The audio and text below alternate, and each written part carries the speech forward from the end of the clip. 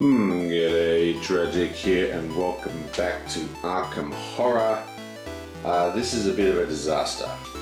I'm pretty sure we are unable to complete this game, like win it.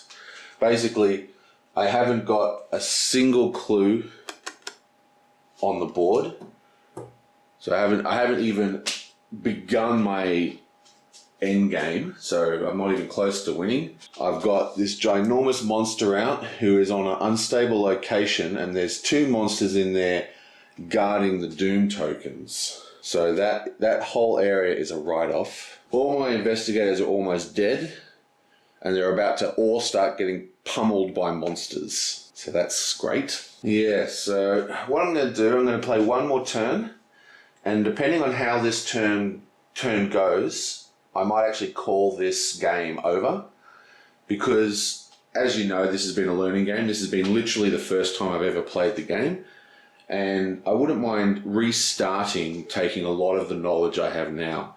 There's a lot of things that I've been doing wrong. I've had some pretty huge rules mistakes, and I think it might be better to restart the game with a clean slate, so to speak, and a better understanding.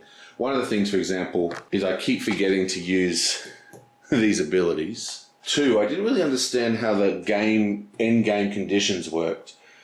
So I've been really neglectful with the clues on here.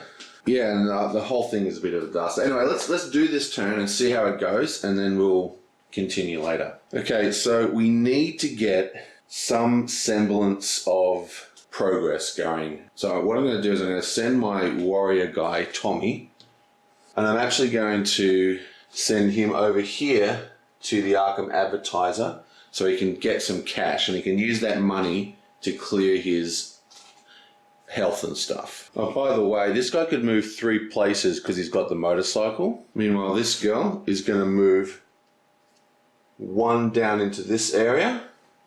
So I don't want her to be in the street. And instead of cleaning up Doom, she's going to do a research test, which is an observation test. Now her observation is 3. Come on. That is a fail. We're going to discard 1.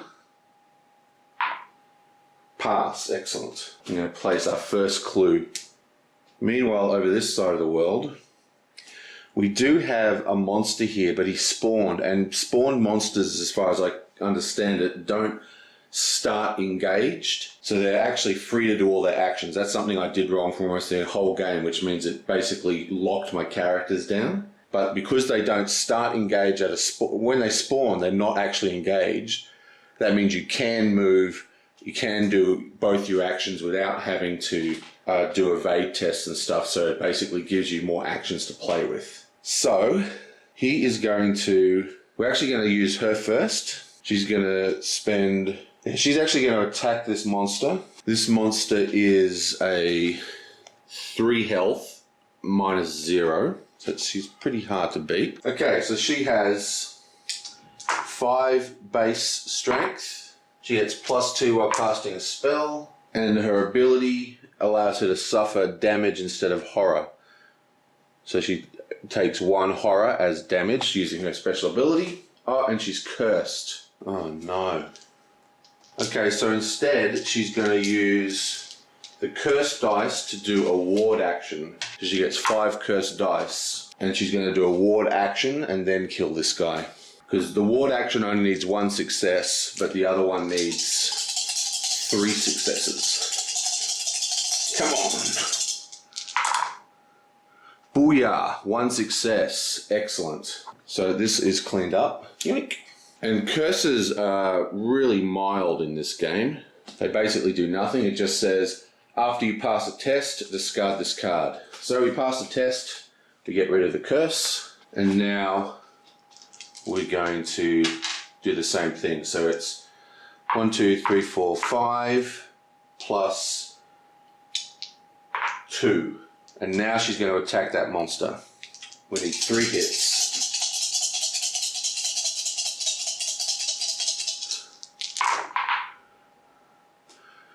We get 1 hit. She's going to spend a token. We get 2 hits. I need one more hit. Gonna spend a token. Come on. That's a miss.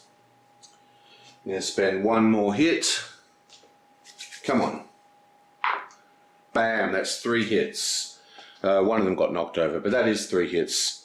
This guy takes 3 hits to kill, so be gone. He has a remnant. And her other ability is, while casting a spell, if you summon damage or spend remnants, you get +2. We didn't spend any remnants. Here we are, this is the one I'm looking for. Heirloom. After you cast a spell, you may focus one of your skills. So, we're going to focus her vision. Okay, so this guy is going to use this action here to give her +1 sanity. And then he's going to spend a sanity, go down to 3, and cast his astral travel, which is 4 dice. He gets 1, 2, 3. That means he can move 5 spaces. So if we look down here, this is where we want to move him. He's going to go 1, 2, 3 down to here. Actually, he's going to go 3 to here. And for his final action, he's also going to focus his vision, his observation. Now he gets 3 actions because he's got the pocket watch, which gives him an extra action. So I've got to take this back off because there's something I noticed. 2 things. 1, she's cursed, and 2, she's also got a monster engaged with her. So she can't do Jackaroonski, man. So her turn has just been reset. We're going to have to... let's have a look here. Okay, so she's going to have to attack this guy with her cursed die. We only need 1 damage to kill him, though. We have a spell, which is Wither, which is -1. Her lore is 3. So what we're going to do is her first action is going to gain lore. That gives her 4. Now its Wither is -1, but Analytical Mind gives her +1. Oh, no, that's only if you're at or above your focus. So yeah, so she actually still only gets to roll 3 dice, 3 curse dice. Blammo, and that's a fail. Right, so that's the end of her turn. Now it's the monster phase. This guy is engaged as hitting back, so that hits him for 1 damage. It takes it to 4. And now we do this. So the Seacon says move towards the most doom. That is the most doom, 3 in 1 space. And there's another Seacon here, so that also moves down here. So the Servitor of Relia is gathering all the forces.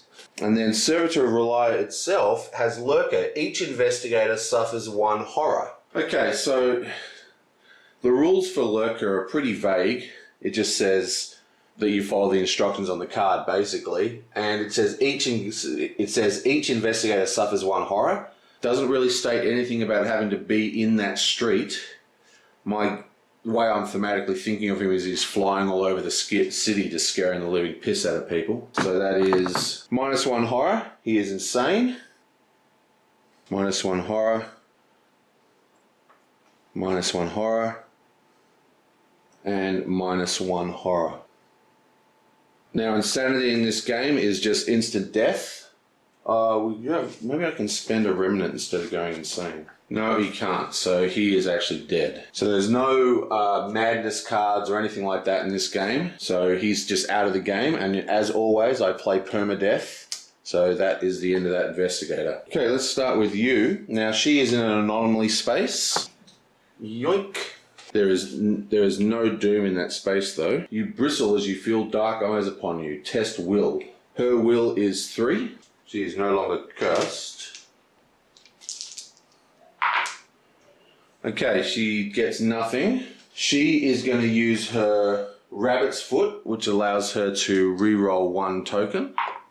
That's still a miss. She's going to do this, roll again.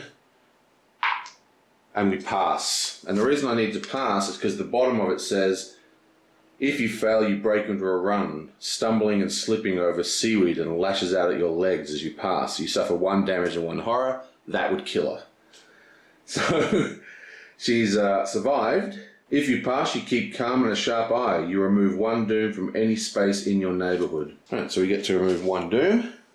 Let's do Drake and get some clues. He's in the university and at the observatory. The professor lectures and invites her audience to take turns at the telescope. You gain 1 clue from your neighbourhood. You look for anything out of the ordinary, test law. Okay, his law is 4 plus 1 is 5. Okay, so that is, that's 5 dice. Blam!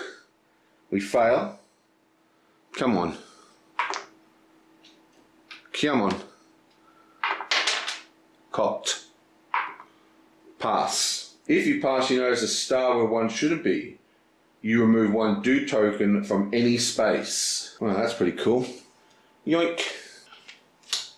Actually, I'm going to remove it from here. And we also get one of these tons of clues. Now, she is also in an anomaly space. But she has a monster engaged, so she doesn't do a test. And now we have the last 2, which is a gate burst and a blank.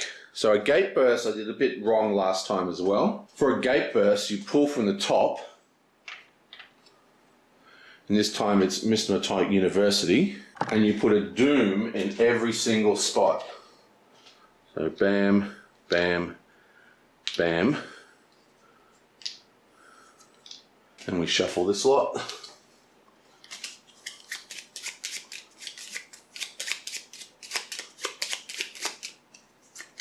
And we stick it at the back.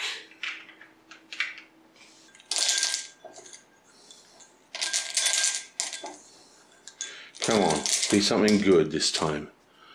Be something good. God, a gate burst and a reckoning. Fantastic. So another gate burst. Yoink. This time it's in Rivertown. So that is 1, 2, 3. Everyone gets horror equal to their location. This is the only guy with a doom token in his spot, so he gets 1 damage. And he's almost dead. Now, everyone is a doomed pact. There is a doom pact here and a doom pact here. We're going to roll for... We're going to roll for Drake first. Pass. Then we're going to roll for the psychic. Oh my god, it hit it. 1. Dark Pact. Flip it over. Pact of Sacrifice. You start small, buying yourself more time with rats, birds, cats and dogs, but soon enough your hands are red with the blood of fatted calves, mother goats and snow white lambs.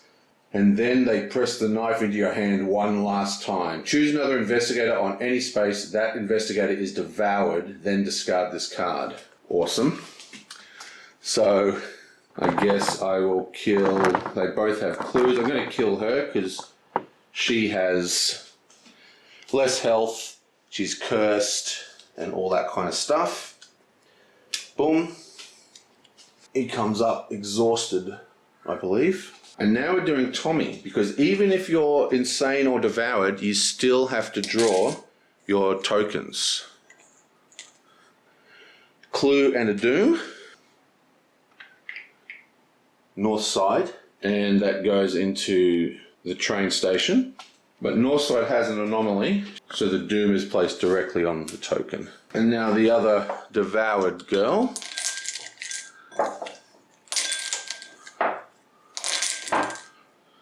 Doom. Oh, 2 monsters. Oh, man, when it rains, it pours. 1, 2.